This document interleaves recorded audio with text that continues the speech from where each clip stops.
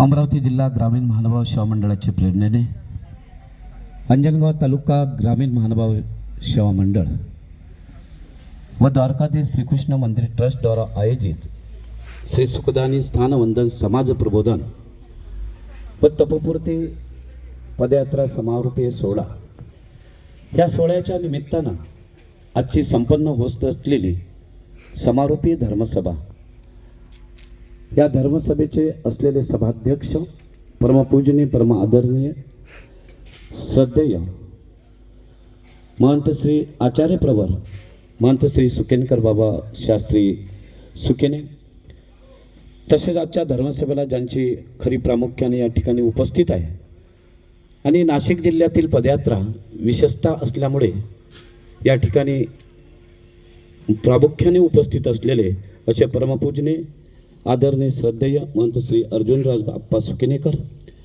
तसेच परमपूजनीय परम आदरणीय श्रद्धेय बाळकृष्ण नाना सुकेनेकर, तसेच ज्यांच्या संयोजनाने आयोजनाने ही सुखदानी स्थानवंदन समाज प्रबोधन पदयात्रा ही संपन्न होत आहे, असे ह्या पदयात्रेचे असलेले प्रमुख संयोजक, ज्यांनी तुम्हा आम्हा सर्वांना गेले 12 वर्ष बोटाला आपल्या धरून चालविलेलं आहे, असे परमपूजनीय परममहंत आदरणीय श्रद्धेय श्री गोपीराज बाबाजी शास्त्री सुकेनेकर, तसे या सभेला प्रामुख्याने ज्यांची प्रामुख्याने या ठिकाणी उपस्थिती आहे, हाक मारावं बोलावं. आमच्या या द्वारकाधीश श्रीकृष्ण मंदिरामध्ये अनेक वेळा दर माहेवारी सत्संग चालू असतो.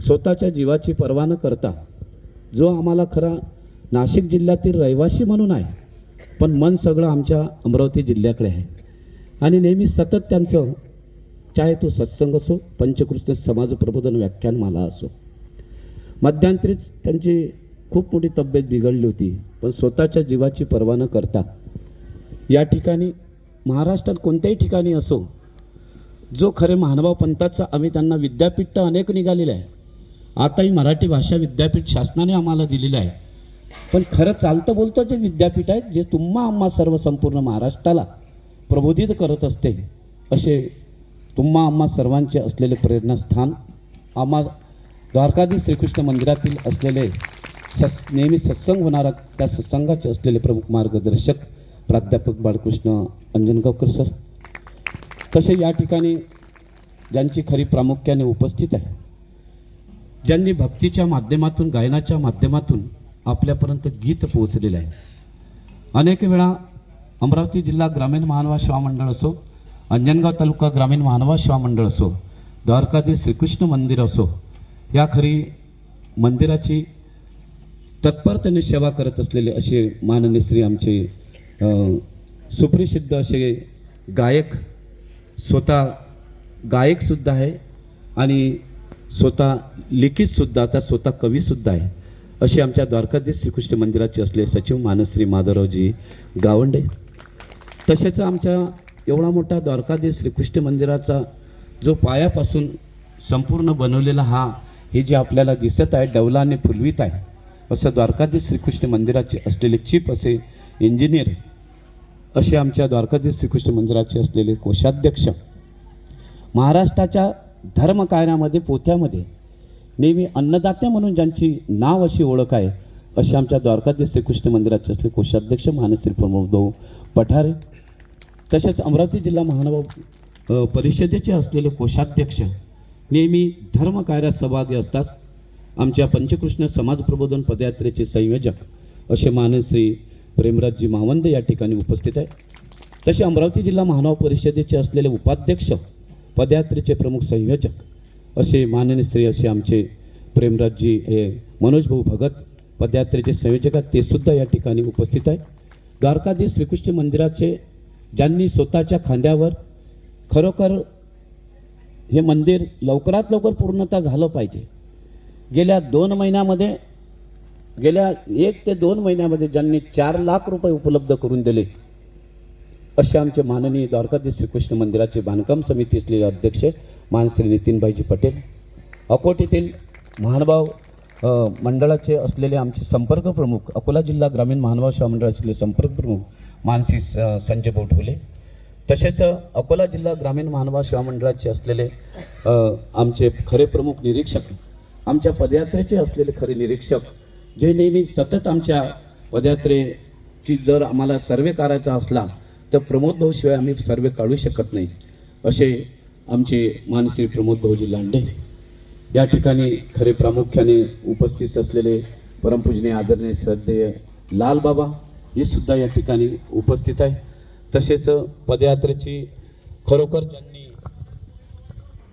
सेवा या ठिकाणी केली आहे, जे बाबांच्या गोपीराज बाबांच्या नेहमी सावलीप्रमाणे असे उभे असतात, असे मानसी रावसाहेबजी पागेरे, तसेच संदीप भाऊ सानप, सोमनाथ भाऊ, जे नेहमी आम्ही म्हणत असतो, नेहमी बाबांच्या मुखात नेहमी सतत असते सोमनाथी अवस्थान, आणि म्हणून नेहमी म्हणत राहतात माननीय श्री सोमनाथ भाऊ आवारे, की उत्तम धोंडीरामजी शेजवड, रुक्माजी रामनाथ टर्ले, भाऊसाहेब आवारे, गोविंद केरू घोलप, शिवाजी कचरू आळके, मानसी बाळासाहेबजी टर्ले, पोपटराव दौल, ते आमच्या नाशिक जिल्हा महानुभाव समितीचे असलेले अध्यक्ष मानसी दौलतरावजी मोरे, तसे यशवंतरावजी गायकवाड, बाबूराव त्र्यंबक नाटे, शिवाजीराव साळुंके, शांतारामजी धोंडगे, शिवाजी माधव आवारे, बाळासाहेब विष्णू आवारे, दत्तूभाऊ आवारे आणि रंगनाथ भाऊ बोराडे आणि रामनाथ भाऊ आवारे या ठिकाणी गेल्या 15 वर्षापासून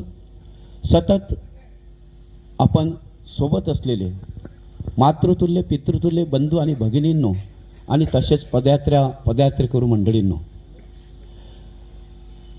आपण ज्यावेळेस आता पदयात्रा समारोप सोहळ्याकडे आपण वळत आहात, समारोप म्हटल्यानंतर प्रत्येकाच्या चेहऱ्यावर फारसा आनंद नसतो, थोडंफार दुःख असते, थोडंफार आनंद असते. आनंद मानावं म्हणून आनंद मानावा लागतो, पण दुःख मनात नेहमी असते. दुःख ते असते की आज आम्ही गेले 15-20 दिवस या समूहाच्या रूपाने एकत्रित होतो. देवाने सांगितल्या, तुम्हा अच्युत गोत्रे किंगा, तुम्ही सर्व ईश्वराचे लेकरं आहात, एकाच ईश्वराचे लेकरं म्हणून आम्ही गेले 15 ते 20 दिवस या पदयात्रेसोबत आहोत. आणि सोबत असताना वाढलेली आमची परमप्रीती, देवाने सांगितलेली परमप्रीती, ती आमच्यामध्ये एक प्रकारची प्रगटलेली आहे.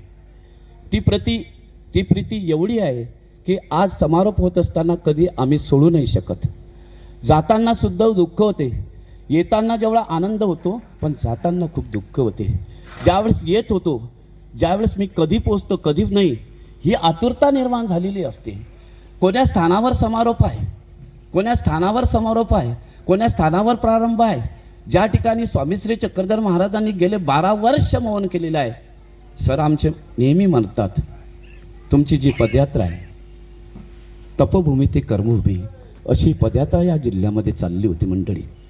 ज्यावेळेस देवाने तप केलं त्यावेळेस आमच्याही मनात आम्ही तर 12 वर्ष तर करू शकत नाही, पण कमीत कमी 15 ते 20 दिवसाचं तरी तप आम्ही करू शकतो. हे खरं तुमचं तपच होतं.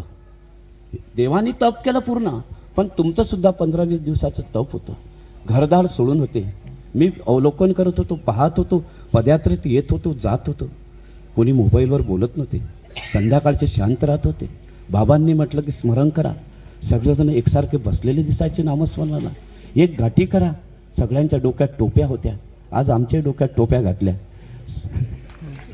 या मंदिरामध्ये, पण तुमची टोपी आगळी उघड्या. मी बघाने सुद्धा सांगितलं, तुमची टोपी कधीच निघत नाही, वाकली तर निघत नाही, पण आमच्या टोप्या वरच्यावर हव्यात तशा पडून राहतात, अशा आमच्या टोप्या आहे. खरोखर नाशिक टोपी म्हटल्यानंतर एक प्रकारचा आनंद आपल्या ठिकाणी होतो. आमच्या इकडली मंडळी म्हणतात, नाही बाबा तुम्ही काय करा, पदयात्रे नाशिकच्या टोप्या आणा. म्हणजे एवढी आतुरता नाशिक आणि अमरावती जिल्ह्याच्या मध्ये असं जडलेलं एक प्रकारचं नातं आहे. नाशिक म्हटलं की आम्हाला आगळं वेगळा आनंद येतो. प्रथमतः सरांची आठवण आल्याशिवाय राहत नाही आमच्या मंडळींना, अमरावती जिल्ह्यातल्या लोकांना. नाशिक म्हटलं का लगेच सगळ्यांच्या मुखावर एकच नाव, फक्त अंजनगावकर सर, ते लक्षात ठेवा. आणि एक प्रकारचा हा अंजनगाव सुरजी आणि नाशिक हा एक अतूट असा धागा जोडलेला आहे. तो धागा तुटल्यानं तुटू शकत नाही. बाबांनी सांगितलं तुमच्या अमरावती जिल्ह्यात पदयात्रा येणार आहे यावर्षी बाबा तुमच्याकडे नियोजन आहे. मी म्हटलं बाबा येऊ द्या, आमच्या इकडे तप तुमचं पूर्ण होऊ द्या. सरांनी सांगितलं याच जिल्ह्याची प्रेरणा घेऊन मी नाशिक जिल्ह्यात गेलो आणि सगळ्यांना बसवलं. महंत श्री सुकेनकर बाबा होते, सर्व सुकेनकर मंडळी होती. तेथेच आम्ही थोडं बाबांना सांगितलं, थोडंफार बसलो, सगळ्यांनी होकार दिला. नाही नाही, आपल्याला पदयात्रा काढायची आहे. खरी तर प्रेरणा देवाची प्रेरणा असते, देवाचा आशीर्वाद असतो, संताचा आशीर्वाद असतो, देवाची कृपा असते. पण प्रेरणा देणारा तो आगळा वेगळा असतो. प्रेरणा जरी इथून मिळाली पण त्या ठिकाणी नियोजन करणारा तो वेगळा असतो. त्या नियोजनाच्या माध्यमातून ते नियोजन जे झालं ते खरं सरांच्या माध्यमातून नियोजन झालेलं आहे. आणि म्हणून सरांच्याबद्दल आपण सगळ्यांनी टाळ्यांच्या गजरात आपण स्वागत करावं. मंडळी, हा समारोपी सोहळा आहे. आणि मग समारोप होत असताना गेले 12 वर्ष बाबांनी तुमचं बोट धरलेलं आहे, लक्षात ठेवा. पण हे बोट सोडता कामा नये. बाबा मध्यंतरी बनाले बोलले, तुम्ही जर मला त्रास देत असाल की मी आता ही पदयात्रा सोडून देतो. पहिल्याच दिवशी बाबा बोलले. त्यांना माहीत झालं, आमच्या पदयात्रेची एक किस्सा माहीत झाली. अशी माहीत झाली की फक्त सांगावं त्यांना की पदयात्रा या ठिकाणी आहे. त्यांना एवढं सांगावं की पदयात्रा या ठिकाणावरून शुभारंभ होते, त्या ठिकाणी सर्वांनी त्या ठिकाणापर्यंत पोहोचायचं. त्या ठिकाणी तुमची राहण्याची, जेवणाची, भोजनाची व्यवस्था केलेली आहे अशी टीप त्या पदयात्रेत असते. ही टीप वाचल्याबरोबर आमच्या अमरावती जिल्ह्यातील मंडळी त्या ठिकाणी हजारोच्या संख्येने त्या ठिकाणी पोहोचून जातात. पण बाबा म्हणतात पदयात्रा असावी ते अशी असावी. बाबांच्या मुखातून शब्द निघाले, पदयात्रा असावी ते असावी. बाबांना सुद्धा खूप दुःख झालं. यावर्षी तर खूपच बाबा दुःखी होते. मी चेहऱ्यावर पाहत होतो, बाबांच्या प्रथमतः चेहऱ्यावर तेज नव्हतं. मंडळी छोटी होती, पण वाढता वाढता मंडळी आमची अजून पुन्हा वाढली. द्राक्षाचे रोप तिकडे मुळात निघून गेलेले आहे, द्राक्ष फुटलेले नाही, कोणाला झाडं मुळातून उपळून काढावं लागलेले आहे द्राक्षाचे. पण तरी पण कोणत्याही प्रकारची आपल्या जीवाची, आमच्या घराची ना दाराची, आपल्या शेतीची पर्वा न करता आपण खरोखर या पदयात्रेत सामील झालात. खरोखर मी या ठिकाणी आपले या ठिकाणी टाळ्यांच्या गजरात आपण या ठिकाणी स्वागत करतो. बाबांनी सांगितलं यापुढे तुम्ही त्रास देऊ नका. बाबा म्हटलं हा त्रास जो आपल्याला होत आहे हा आपल्या लहान बालकांचा त्रास होत आहे. त्यांची इच्छा असते की नाही बाबा माझ्या घरी आले पाहिजे. जसं एखाद्या मुलींची इच्छा असते कधीतरी दिवाळीला माझी आई, माझे बाबा, माझा भाऊ, माझी बहीण माझ्या घरी आली पाहिजे, तशी आमच्या या पदयात्रेकरूंची इच्छा असते बाबा तरी वर्षातून तरी माझ्या घरी आलेले पाहिजे. बाबा म्हणत होते